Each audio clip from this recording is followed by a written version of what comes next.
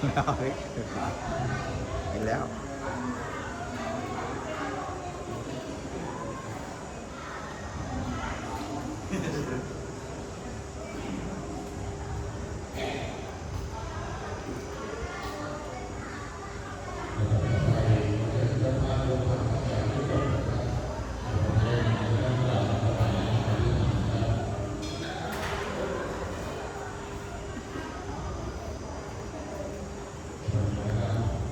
นะโมตัสสะภะคะวะโตอะระหะโตสัมมาสัมพุทธัสสะ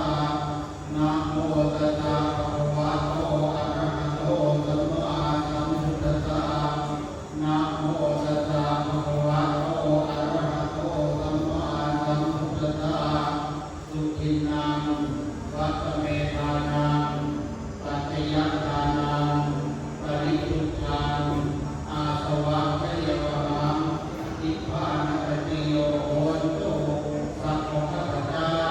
ได้มาในความบริสุทธิ์ขอบูชาพระพุทธบูชาพระธรรมน้อมนำถวายพระสงฆ์มีจิตใจตั้งตรงตรงต่อพระนิพพานขอให้ถึงเมืองแก้ว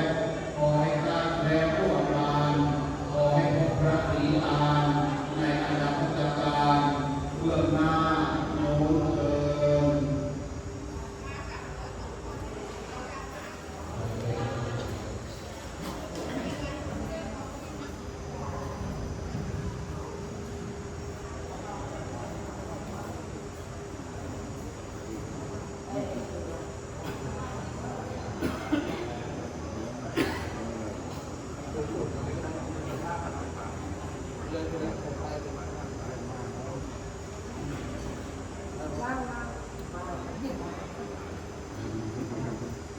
วางเลย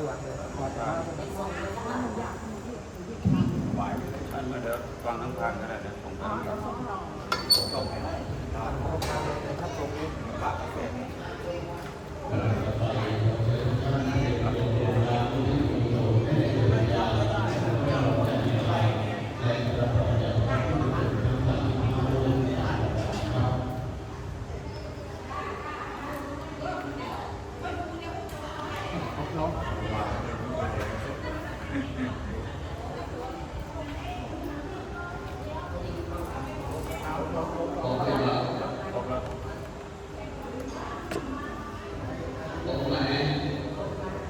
นาะ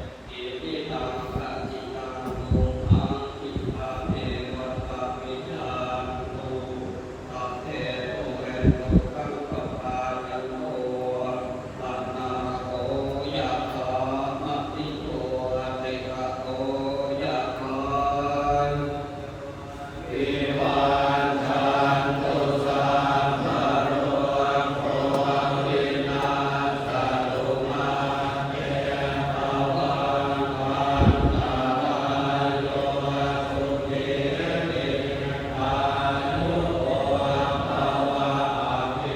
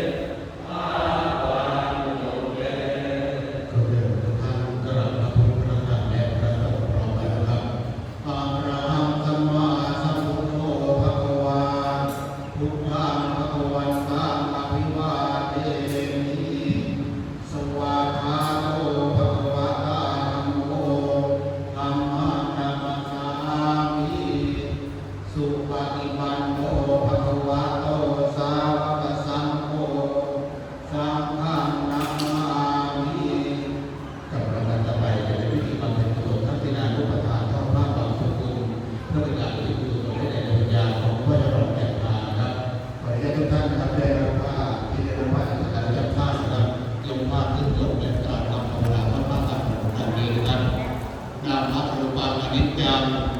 นามพระอรูปังทุกขัง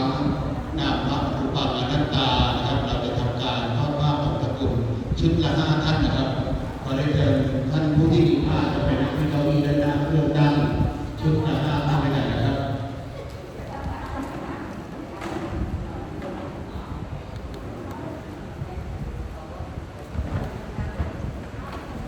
นำไปแล้ววางผ้าพันธุ์ไว้โยกตามแนวขวาแต่ได้ประนมมือขึ้นไว้นะครับกราบนิมนต์พระภิกษุสงฆ์พิจารณาชักผ้าของตะกรุด5 รูปขอกราบนิมนต์ด้วยความเคารพครับ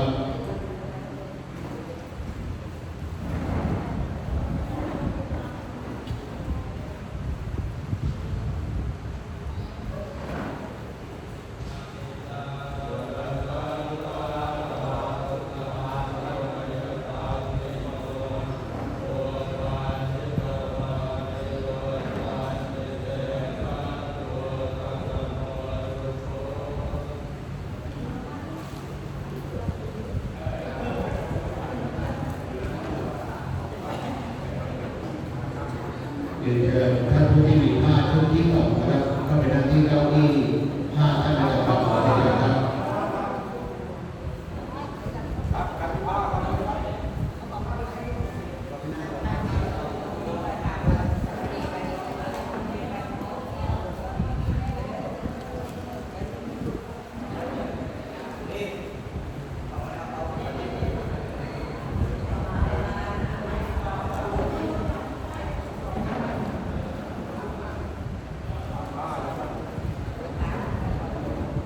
วางผ้าทับผู้ในโลกาในขวาเป็นนักประดมมือขึ้นไปนะครับ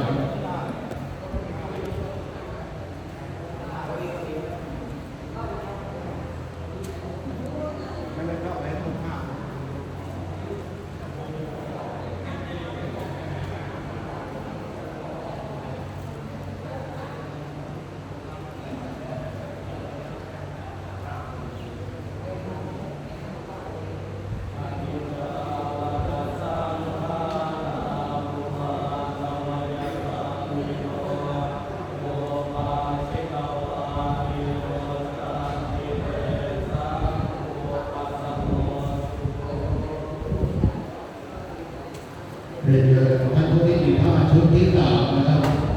เข้าไปนั่งที่เก้าอี้แต่ได้วางผ้าทับผู้ในโลกาในขวาและประดมมือขึ้นไปนะครับ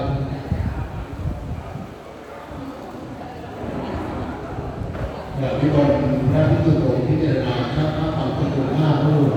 ขอกราบนิมนต์ด้วยความเคารพครับ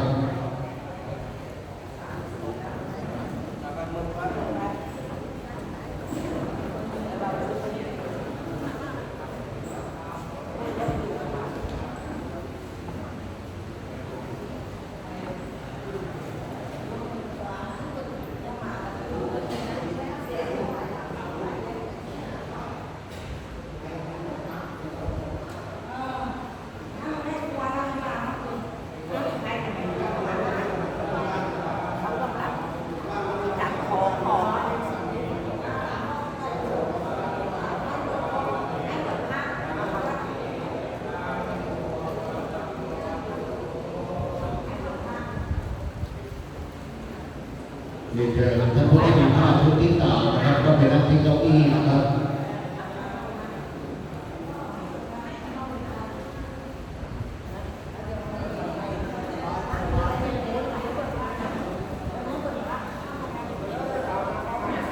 วางผ้าทับผู้ในโลกาในขวาเป็นนักประดมมือขึ้นไปนะครับกราบนิมนต์พระภิกษุสงฆ์พิจารณาชักผ้าของตะกรุด5 รูปขอกราบนิมนต์ด้วยความเคารพครับ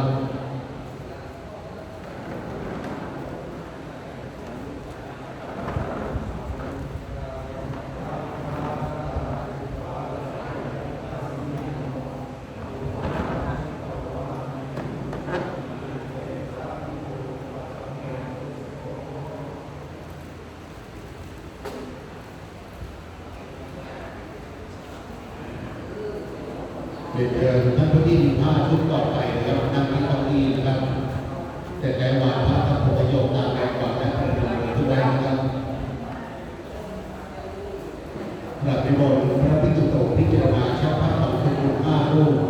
ขอกราบนิมนต์ด้วยความเคารพครับ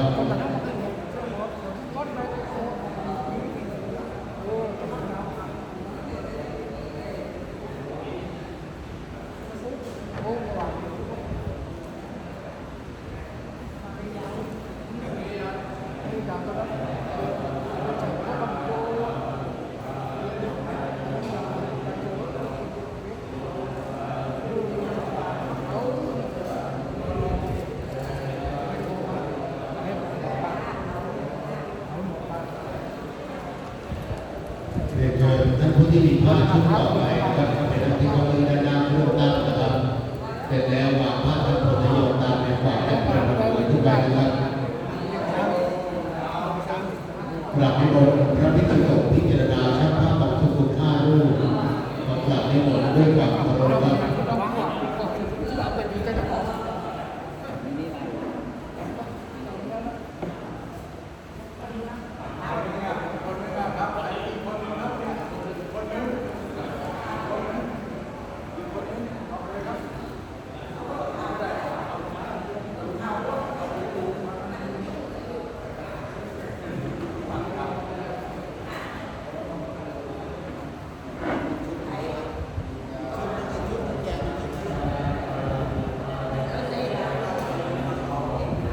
ลุงแจกอีกชุดหนึ่ง